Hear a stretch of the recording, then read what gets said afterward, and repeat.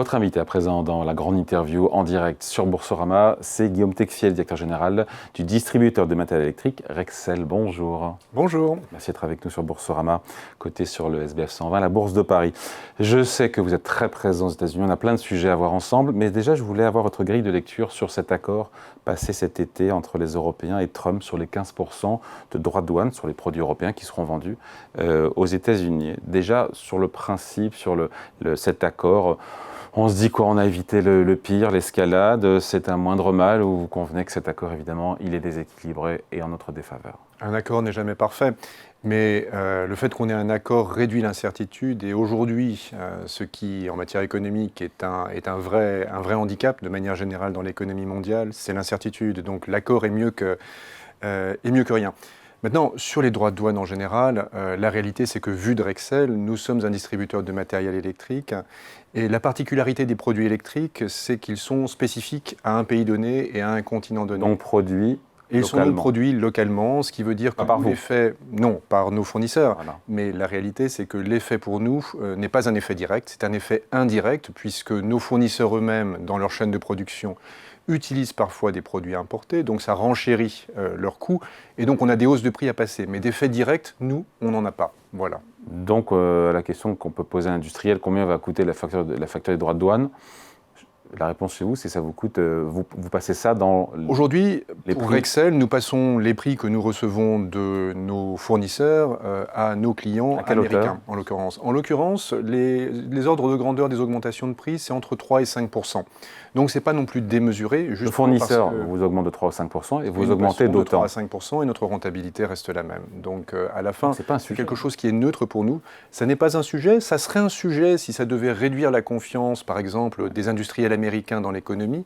Mais la réalité, c'est que ce qu'on a vu au premier semestre, en tout cas vu de Rexel, c'est que l'économie américaine, l'économie nord-américaine en général, les États-Unis et le Canada, reste assez forte, assez confiante et a soutenu en réalité les résultats de Rexel au premier semestre. Ouais, on va en parler des résultats. Juste un petit mot parce que c'est l'actualité aussi française.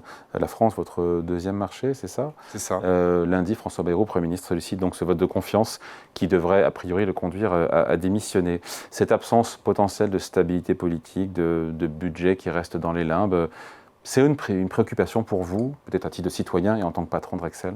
Écoutez, la France, d'abord, effectivement, vous l'avez dit, c'est notre deuxième marché, c'est aussi le lieu sur lequel on est coté, c'est aussi le lieu où est situé le siège de Rexel, le berceau historique, donc évidemment, on s'en préoccupe. La réalité quand même, c'est que cette instabilité politique, on vit avec depuis un petit peu plus d'un an. Alors pour nous, elle a trois types de conséquences. Le premier type de conséquence, c'est que c'est de l'incertitude, c'est ce que je disais. C'est-à-dire que les décisions d'investissement, par exemple les décisions d'investissement industriel de nos clients industriels, ou les décisions d'électrification de la part des ménages, toutes ces décisions-là sont reportées. Là-dessus, si vous voulez, les nouveaux sous-marins. Donc moins d'activité pour vous, donc ça veut dire moins d'investissement, moins de recrutement. Moins d'activité, donc moins d'investissement, moins de recrutement, tout à fait. Mais de ce point de vue-là, la situation telle qu'elle est aujourd'hui ne change pas fondamentalement par rapport à celle qu'elle était il y a 3 mois. Aujourd'hui, ce qu'on voit, c'est que la plupart des acteurs économiques sont dans une situation de très grande prudence, reportent autant que possible par manque de visibilité. Ce qu'on peut déplorer, c'est qu'on ait raté une opportunité de donner davantage de visibilité et de sortir de ce tunnel. Donc ça, c'est une première... Quand c'est reporté, c'est une chose. Après, quand c'est reporté, puis annulé à la fin aussi, parfois. Non, je crois que c'est véritablement reporté, mais à un moment donné, c'est quand même une absence de croissance économique qui va venir nous impacter. Le deuxième effet, c'est un effet sur la place de cotation. Vous le savez, nous, on est coté à la Bourse de Paris, et ce qu'on constate, c'est que les investisseurs internationaux ont du mal à comprendre la situation politique française et la situation économique française. Et finalement, comme ils ont le choix d'investir en France ou ailleurs, ils préfèrent rester à l'écart dans l'attente d'un à l'écart du marché d'action français et donc de Rexel, c'est ça le raisonnement? Exactement. Donc notre cours de bourse s'est plutôt bien porté depuis le début de l'année. Ouais. Cela étant, il aurait dû encore mieux se porter si on n'avait pas cette incertitude. Et puis la troisième effet pour nous, c'est un effet lié au marché de la construction. 2/3 de nos activités sont liées au marché de la construction, qui sont très influencés par les taux d'intérêt. Et évidemment, on était dans une situation dans laquelle les taux d'intérêt qui étaient élevés au cours des dernières années avaient commencé à baisser. Aujourd'hui, l'instabilité budgétaire, l'incertitude sur le futur, ça reporte la sortie de ce tunnel-là. On était proche finalement de revoir des signes positifs sur les marchés de la construction. Est-ce que c'est en France ou en Europe? En France et en Europe. Dans ces deux marchés-là, on est en bas de cycle très clairement dans les marchés de la construction. Et on était en train de voir le bout du tunnel. Est-ce que ces soubresauts reporteront de quelques mois le bout du tunnel? C'est ce que j'espère ne sera pas le cas. Donc les investisseurs étrangers délaissent, mais on le voit d'ailleurs sur le CAC 40 qui est à la traîne depuis maintenant un an par rapport depuis le début de l'année. Je crois qu'on est à plus 4, plus 5%, l'Eurostoxx fait plus 10, donc on voit bien que... Très souvent, les discussions que j'ai avec des investisseurs, c'est écoutez, votre histoire est formidable, les histoires d'électrification, de transformation de l'entreprise, on aimerait bien y participer, mais cela étant, l'incertitude autour du pays dans lequel vous êtes coté et dans lequel vous avez beaucoup d'activités nous effraie. Ouais. C'est quand même c'est rageant. C'est rageant, on pourrait faire beaucoup mieux. C'est un upside pour le futur aussi, parce qu'un jour ou l'autre, moi je suis un optimiste, cette situation se réglera d'une manière ou d'une autre, et ce jour-là, on verra toutes ces énergies se libérer à la fois sur la partie cotation et sur la partie marché économique. Guillaume Texier, d'autant que vos résultats semestriels ont été appréciés par les investisseurs, supérieurs aux attentes, notamment tirés par les États-Unis, avec des ventes sur place en hausse, je ne sais pas si j'ai le bon chiffre, de 6%, c'est ça? Oui, de 6% sur le semestre, et puis de 8% sur le dernier trimestre. La réalité, c'est qu'aux États-Unis, d'abord l'économie est solide, et puis on bénéficie de tendances d'accélération qui sont liées notamment au data center, donc à l'intelligence artificielle, et à l'investissement des États-Unis dans les infrastructures télécoms. C'est particulièrement satisfaisant pour deux raisons. D'une part, parce que ça légitime la stratégie qu'on a suivie au cours des 4 dernières années. Beaucoup d'emplettes. On a fait 20 acquisitions et 3/4 du chiffre d'affaires qu'on a ajouté vient d'Amérique du Nord. 20 acquisitions pour combien? Pour à peu près 3 milliards ajoutés. En cumulé. Ouais. Et environ les 3/4 de ces 3 milliards l'ont été soit aux États-Unis, soit au Canada. Donc finalement, les résultats qu'on a vus en début d'année sont aussi un petit peu le résultat de ça. Cette stratégie paye. Particulièrement, on avait acheté l'année dernière, en 2024, une entreprise spécialisée dans les infrastructures de télécom. Et évidemment, avec la vague d'investissement que l'on voit aux États-Unis, on en a profité cette année. Donc, quand on entend parler de ralentissement de l'économie américaine au sens large depuis l'arrivée de Trump, avec, c'est vrai, ces derniers mois, un gros freinage sur les embauches, c'est pas ce que vous ressentez, vous? Dans nos domaines, il se trouve que l'intelligence artificielle, pour tout ce qui est électricité, est une très belle opportunité. Donc ça, c'est quelque chose qui nous porte. Par ailleurs... Pas seulement aux États-Unis d'ailleurs? Plus largement aux États-Unis que dans d'autres pays. Les États-Unis sont quand même très en avance dans ce domaine de l'investissement dans l'intelligence artificielle.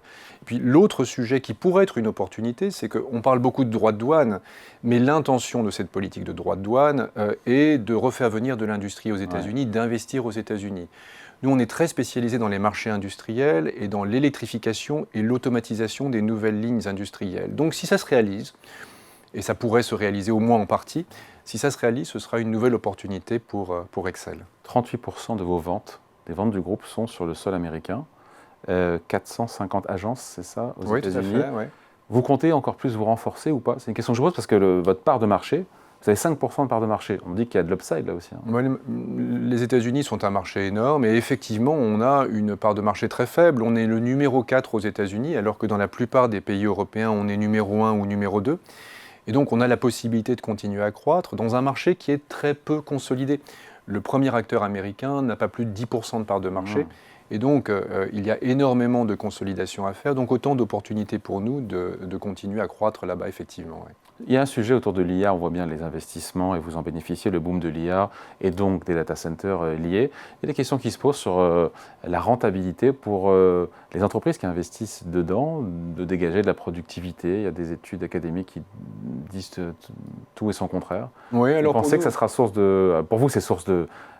Alors pour nous, c'est à la fois une source de chiffre d'affaires, mais c'est aussi quelque chose qu'on utilise beaucoup dans notre transformation, parce que notre transformation, elle a déjà produit des résultats à travers la croissance du digital, mais la prochaine étape pour nous, c'est d'utiliser davantage l'intelligence artificielle. Pourquoi, par exemple?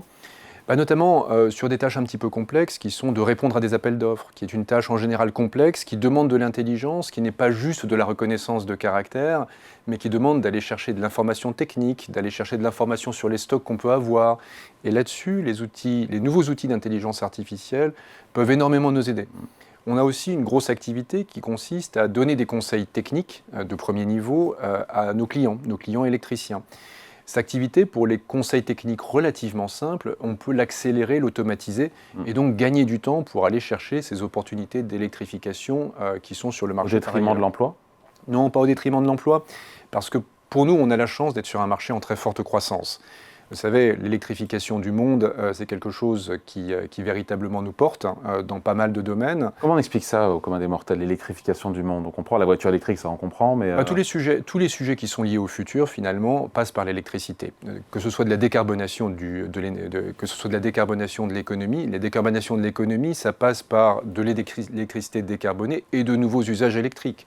Que ce soit de la pompe à chaleur et donc du chauffage électrique, que ce soit de la mobilité électrique, etc. Et il se trouve que tout ce qui a trait au futur, l'intelligence artificielle, est un très gros consommateur d'électricité. Je pourrais citer, même si on n'est pas très impliqué, le Bitcoin, par exemple, qui est aussi un gros consommateur d'électricité. Et donc finalement, ce vecteur électricité, c'est un vecteur d'avenir dans un grand nombre de domaines. Aujourd'hui, nous, on considère que 30% de notre chiffre d'affaires est lié à des secteurs d'activité dans lesquels on voit une accélération de la pénétration électrique, ce qu'on appelle des secteurs d'accélération. Un grand changement par rapport à la dernière décennie dans lequel on était une valeur plutôt cyclique liée au cycle de la construction. Et on parle des États-Unis notamment, mais quid de l'Europe, de l'Asie? Je disais qu'il y avait un recul des ventes en Australie, en Chine.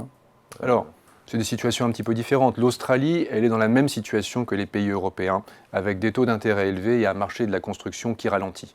Et donc, elle est un petit peu dans la même situation qui est d'attendre la reprise. Les taux d'intérêt ont commencé à baisser et la reprise va venir. La question est de savoir, est-ce que ce sera au prochain trimestre, dans 2 trimestres, dans 3 trimestres? Donc pas d'inquiétude. Ça dépend un petit peu de la confiance, mais pas d'inquiétude particulière. Ces cycles-là, on les a vus dans le passé et on sait comment ils se terminent. Parce qu'en Chine, la croissance est affichée du pays à 5% cette année. Oui, mais la Chine, en Chine, nous, on est très spécialisé sur l'automatisation industrielle et donc sur l'investissement industriel. Et donc, on comprend très bien que dans le contexte actuel de commerce mondial, dans lequel la guerre commerciale entre la Chine et les États-Unis n'est pas réglée, dans ce contexte-là, les industriels chinois sont extrêmement prudents quand il s'agit d'investir. Et donc, c'est ça qu'on voit aujourd'hui, et c'est ça qui nous freine. Cela étant, la Chine est un immense marché par lui-même, et donc, à un moment donné, elle trouvera le moyen de se reconvertir sur une demande intérieure. Mais ça pourrait prendre un petit peu de temps. De nouvelles acquisitions en Chine aussi sont en ligne de mire ou pas? Pour l'instant, non. Pour l'instant, on est plutôt sur le développement organique des activités qu'on a là-bas. Notre focalisation en matière d'acquisition, c'est plutôt l'Amérique du Nord, et c'est aussi les nouveaux services à nos clients un peu partout dans le monde, parce que c'est un point qui est très intéressant, c'est qu'on n'est pas seulement un distributeur de produits qui apportons les produits physiquement à nos clients. On est aussi un expert, un apporteur d'expertise, quelqu'un qui fait gagner du temps, qui apporte de nouvelles idées à nos clients électriciens. Et c'est une dimension qui devient de plus en plus importante, cette dimension de service. On fait du préassemblage d'éléments électriques. Donc dans de très nombreux domaines, on va bien au-delà de ce qu'est le rôle traditionnel d'un distributeur. Un petit mot de la France, revenu stable au premier semestre, 1,9 milliard d'euros. Alors en France, la réalité c'est qu'on gagne de la part de marché. Je pense que le marché français était davantage aux alentours de moins 5%. Il se trouve qu'on a été capable, à travers une transformation qu'on a menée au cours des 10 dernières années, on est capable aujourd'hui de gagner de la part de marché de manière importante par rapport à nos concurrents.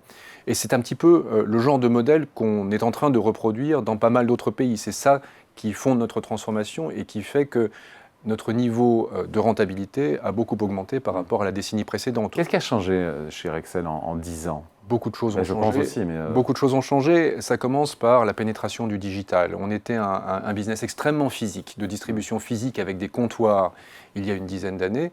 Aujourd'hui, 1/3 de nos ventes passent par des canaux digitaux, ce qui dans le domaine de la construction est plutôt très très très élevé. C'est un domaine assez conservateur. Et donc voilà. On a investi énormément dans les outils de productivité interne, par exemple l'automatisation de nos centres logistiques. On a investi dans des outils d'intelligence artificielle, on en parlait à l'instant. On a rationalisé un certain nombre de choses et le résultat de tout ça, c'est que notre rentabilité, elle a augmenté d'une 40aine de %, et puis vous le rappeliez, le cours de bourse a augmenté d'encore bien plus. Oui, on donne les chiffres, cours de bourse 12% depuis le début de l'année, 22% sur un an, 145% sur 5 ans. L'histoire va continuer de s'écrire, il y en a encore sous le pied? Il y en a encore sous le pied en matière de transformation et d'augmentation de la rentabilité et de la performance de Rexel. Je suis prudent sur le cours de bourse, vous le savez, les cours de bourse sont faits à 80% par le marché financier et puis à 20% par la performance intrinsèque de l'entreprise.